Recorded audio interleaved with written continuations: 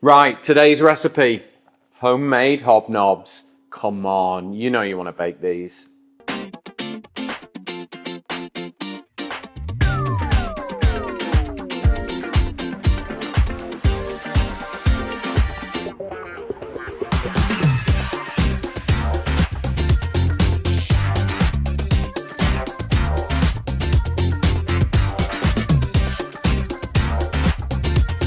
Right, so we're going to make homemade hobnobs. This recipe is one of my favourites. I absolutely love these. I developed this recipe and created it for the Westmoreland Group, you know, the really fancy service stations on the M6 and the M5.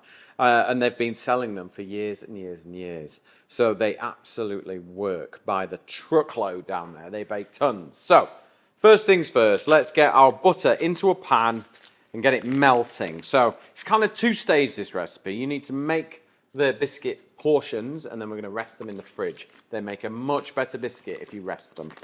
Okay, so butter in. Let's just scrape all this out. Make sure we don't miss any.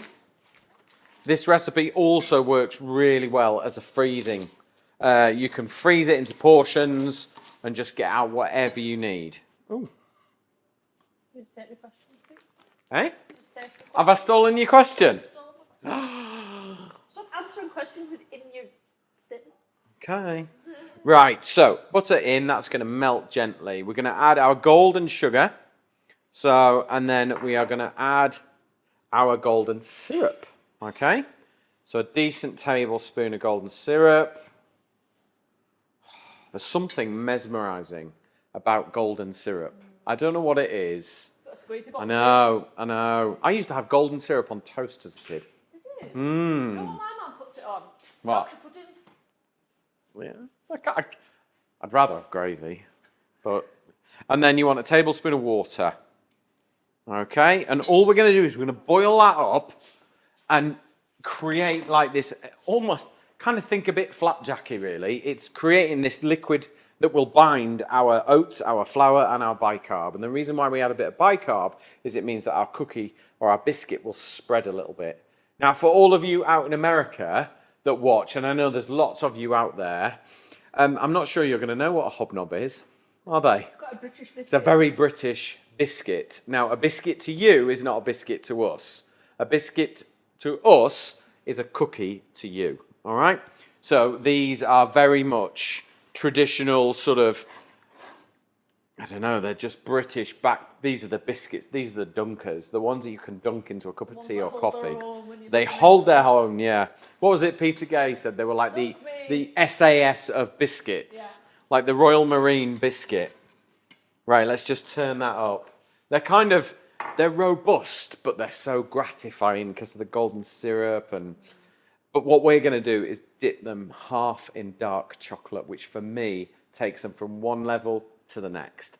And that's what this book is all about. And to be honest, like we've just launched the book at a food festival and everyone's been going to me, 100 delicious recipes that change the way you cook. What's that mean? And it's like, oh, I don't know, actually, it sounded really good. But actually, we're changing the way that you cook because we're making you think about new flavor profiles and, you know, creating a really strong canvas of a recipe to allow you to add little bits and make it amazing. And I think what we tried to do is just take everything to the next level, make it even better. A really good, strong, dependable recipe that you can play with in the kitchen, and it will change the way you cook. I mean, salmon with miso glaze and pickled watermelon salsa. I mean, you wouldn't think of watermelon with salmon, would you? But oh my God, it's so good, isn't it? It's so nice. Really good. And that's just one example. Okay, so can you see this all right, Emily? Yeah. Yeah? So you can see that butter is just starting to melt together now with the golden syrup and the sugar. You need that sugar just to dissolve a little bit before we add the dry ingredients because it will start to sort of drink it all up, and then we'll add that bicarb as well. I'm going to add that to the flour and stir it round. So I'm using the shallow 4.5 litre cast aluminium masterclass pan. You know I use this one all the time because it's got a big surface area. It's not too deep. I can just use it for everything. Absolutely love it. Right, plain flour, oats and bicarb. In we go. turn the heat off and let's just start to mix all that together. Okay, we're not cooking this out, we've turned the heat off. And what the flour does is it just kind of absorbs and binds it all together and takes it from a flapjack to a hobnob style biscuit. An OT is what some of them call them in the supermarkets, aren't they? And you add flour to your flapjack, don't you? I was just about to say. Stealing all your questions and things today, aren't I? Okay, so if I pop this onto here, you can kind of see it just needs a few minutes to cool down before we shape it. And I'm going to shape it with an ice cream scoop. Right, while my hobnobs are cooling down, ready to portion up, I'm going to show you how to make this delicious savoury baklava. This is how you cook my delicious savoury baklava. First thing you need to do, chop your spring onions and your California prunes. Then add in your mixed nuts and pumpkin seeds, followed by feta and grated halloumi cheese. Mix it all together, add in some cumin seeds, add a little harissa and a squeeze of lemon juice. That'll bring it all together. Stir the mixture. Now it's time to build it up. Butter your tin, then add some layers of phyllo pastry. Then add a third of your filling, squeeze of honey, repeat the process. Make sure you brush each layer of phyllo pastry with melted butter. That way it'll crisp up delicious. Now for the final topping, phyllo pastry, melted butter, and then give it a really good brush. Top with sesame seeds, add a few sprinkles of chili flakes, and then cut it into a diamond.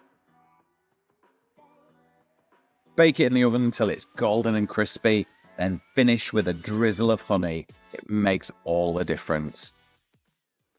That savoury baklava is absolutely delicious. One of my favourite recipes in the book, especially when you drizzle the honey on the top when it comes out of the oven. It absolutely makes it. Now, back to hobnobs.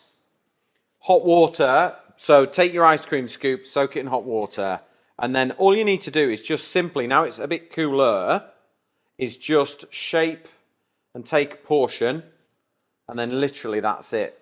Pop them on a tray, and we're going to let them firm up. I'm going to leave these overnight because I think they'll be even better. And the reason for doing this is that if the portion of dough completely cools and is really cold, it takes longer to melt in the oven as it's baking, which means it doesn't spread too quickly, all right? So it's definitely worth doing. Or you can freeze them like this and you can cook them from frozen. Just knock the temperature that I've put down of the oven by 10 degrees and cook them for about 5 or 6 more minutes, and that will counter the fact that they're frozen. Okay?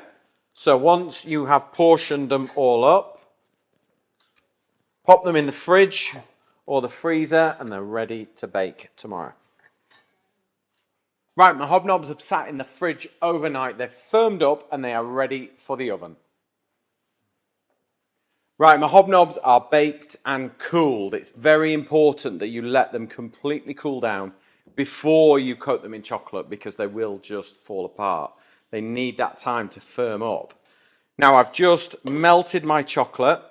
I use induction and cast aluminium, and as a consequence to be using both of those, it means I can just melt my chocolate really gently, straight in a pan on the heat, number 1 or number 2 setting on the hob, and just leave it to slowly melt. Now, the best way to do this, what you'll notice in the book, is I've done half dark chocolate, half none, and that is for one reason only. It means you can hold it and eat the chocolate without getting in a mess, okay? So we just take the chocolate and just run it over half. Put more on than you need, because what you can do is then just let it drip. Give it a waggle like that. Gets rid of the excess. And now you've got the perfect chocolate to biscuit ratio. Pop it onto a baking tray and then just repeat the process. They're very famous, these biscuits, aren't they, Emily? Yeah. Developed these for the Westmoreland Group, who do T-Bay and Gloucester services. And I tell you what, I have seen some biscuits like this sell over the years. Yep. It always makes me chuckle when I see them. because when I first presented it to them, they were like, oh, we can't do that. That'll never work. And they did it, and oh my goodness, they have sold thousands and thousands of these biscuits. But it's nice to see. It's also nice to know I was right. There we go, pop that on there, and same again. Just keep coating these. Now, I don't put these in the fridge, because if you put melted chocolate in the fridge, it goes that kind of cloudy, white matte colour, doesn't it? And it gets, is it a bloom they call it on chocolate? Oh, I don't know. Well, I think they call it a bloom, where it goes kind of white. So leave them out as long as you can, just at room temperature, and just let them set gently if you can. I'll be very surprised if you manage to do that. But hey, if you're going to leave them and you want them to all look lovely and shiny, that's what you got to do, okay? So just dip them all. That is how you make my homemade chocolate hobnobs. There you go, Emily. Get your laughing gear around that. Carlos, you want one of these? There's going to be some good noises coming from behind the camera. My kids are going to be so happy when they get home tonight and see that these have been made. There you go, Carlos. As tested. Thank you very much for watching this week's episode. I hope you've enjoyed it. I hope you've either got your book already. If you have, make these. They're delicious.